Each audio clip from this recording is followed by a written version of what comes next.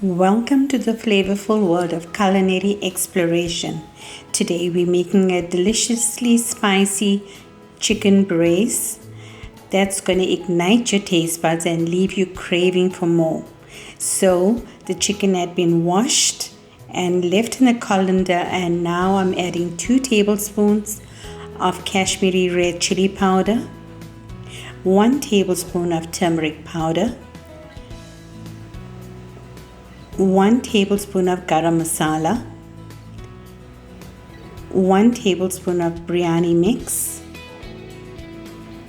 1 tablespoon of coriander spice,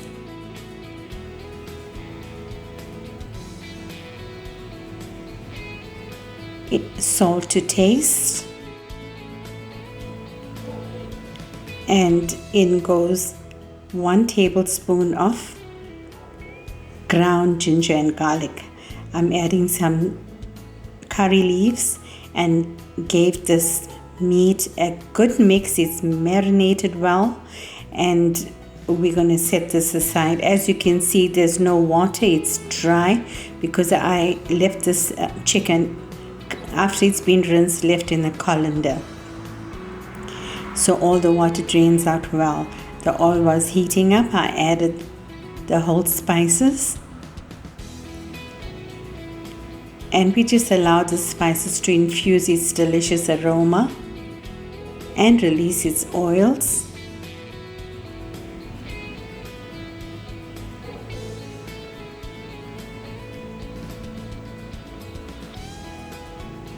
So we are going to add the onion and let the onion fry until translucent. You will infuse each bite with a harmonious blend of spices, creating a dish that is both satiating and delicious. As you can see, the onion is translucent. We're going to add the tomato, the cubed tomatoes, and we're going to give this a mix. We'll add a little bit more curry leaves here. Yes, in goes the curry leaves. So we want this tomato to cook tender.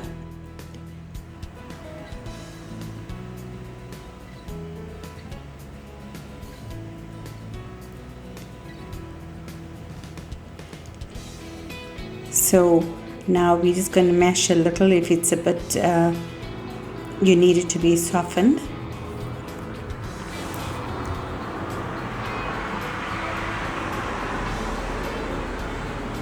Mixing well, just incorporating it well, and just softening some of the tomato.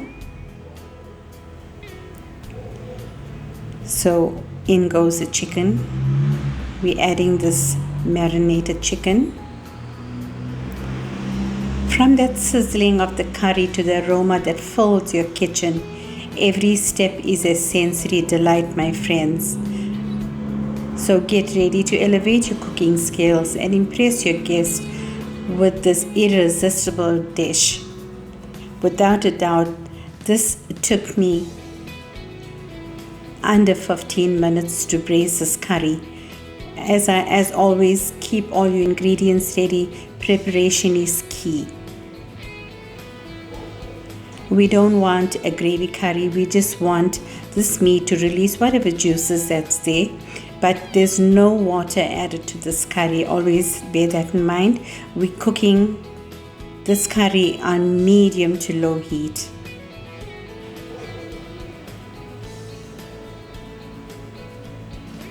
So let's embark on this delicious adventure together, my friends. Go visit my site. My website is impressiveblogger.co.za.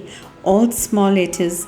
Go there, and there's a lot of recipes, and you can just go back and forth and try them out. Do leave a comment. I will reply to you. And remember, we're on this journey together to learn and share. So in goes the peas.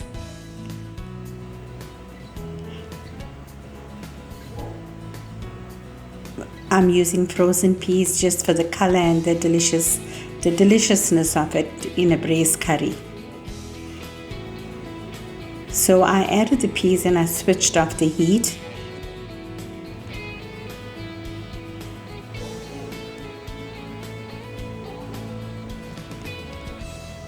You don't mix too hard. Just a gentle moving of the curry. Just be very gentle, because you want this meat not to break in the pot. You want it to be just like it is here. As you can see, the oil has settled, and that's what I'm looking for. A braised curry is slightly oily, but it's not too bad.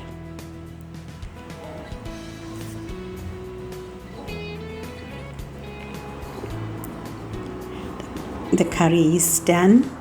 I'm adding some freshly chopped coriander. Thank you for watching. Do try this recipe.